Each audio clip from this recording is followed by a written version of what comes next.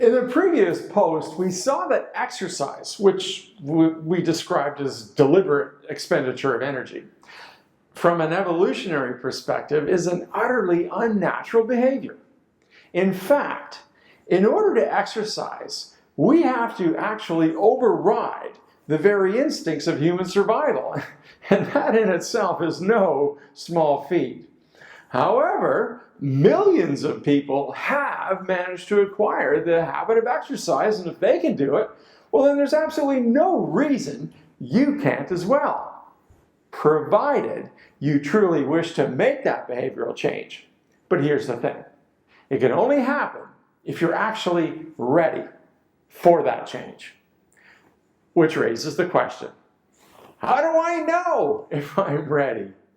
Well, there's a model template of behavioral change called the trans-theoretical model of behavioral change. I know, if you're anything like me, just the sound of that probably makes you cringe, but it's not nearly as complex as it actually does sound. Basically, this model of behavioral change is just a simple way to determine where someone might be in terms of their readiness for change with regards to some or any particular behavior. For example, it wouldn't even be remotely possible to change something you're not even aware of, which is exactly where this particular model of behavioral change begins. Now, since we're talking about exercise in this post, I'm going to refer to behavioral change with regards to going from a non-exercising behavior to becoming a regular exerciser. Okay, so the first stage of this model of behavioral change is called pre-contemplation. Now, people in the stage of pre-contemplation are completely sedentary, and they're not even remotely considering, or should I say contemplating, any form of an exercise program. Now, the second stage of our model is called contemplation. Now, in this stage, people are still sedentary, but they're beginning to consider the benefits of exercise versus the risk of living a sedentary lifestyle. The biggest problem of getting out of this stage is usually fear. It could be fear of change and a lack of confidence, or understanding of how to actually go about adapting an effective strategy toward an exercise routine. The third stage is what's called preparation. Now, people in this stage are beginning to prepare themselves, both mentally and physically, to adapt some form of regular exercise. Now, activity in the preparation stage may involve a sporadic walk or an occasional visit to the gym, but behavior in this stage is still largely characterized by inconsistency. The next stage, the fourth stage, is the action stage, which is marked by a clear change in attitudes and beliefs. Now, in the action stage, people are actually engaged in regular physical exercise. But the key distinction between this stage and the next one is that so far they've been exercising regularly for less than 6 months. Now, the fifth stage is called the maintenance stage. Now, people in the maintenance stage have been engaged in regular physical activity for more than 6 months, and they show a strong desire to maintain exercising as an integral part of their life. Now, unfortunately, there's a sixth stage, which I call regression, where for any number of reasons, people may encounter lapses where they stop exercising altogether.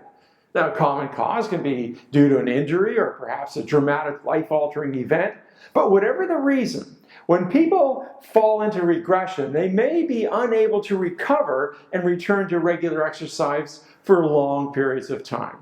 For example, I can only imagine how many people have fallen into regression because of COVID and the endless confusion and interruption with the closing and opening and closing of gym facilities. So the key idea of this model of behavioral change is to identify which stage you are in at the present time, with the goal of eventually getting into and staying in that coveted maintenance stage, where regular exercise is just a natural part of your life. At this point, I want to stress that whatever stage you're in has nothing to do with your fortitude, willpower, determination, or the perceived lack of those things.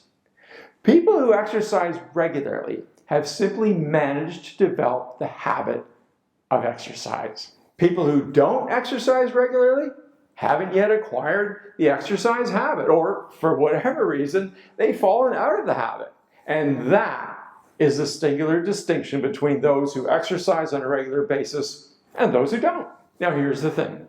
Each of us have only one chance at this life, and enjoying a healthy body in which to live that life is pretty important. Now, if we choose not to exercise, we're automatically far more vulnerable to diseases and chronic disabling illnesses. Not to mention that we're really missing out on the daily joy and vigor, both physically and mentally, that comes from being fit.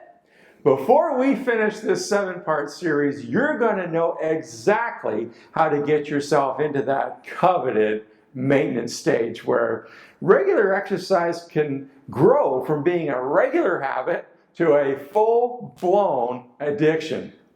In the next post, we're going to see the extraordinary story of how one woman overcame incredible odds and completely turned her life around when she discovered how to make regular exercise an effortless habit.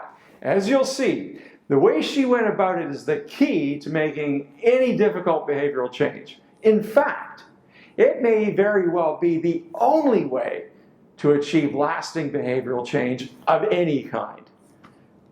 Thanks for watching. I'll see you next time.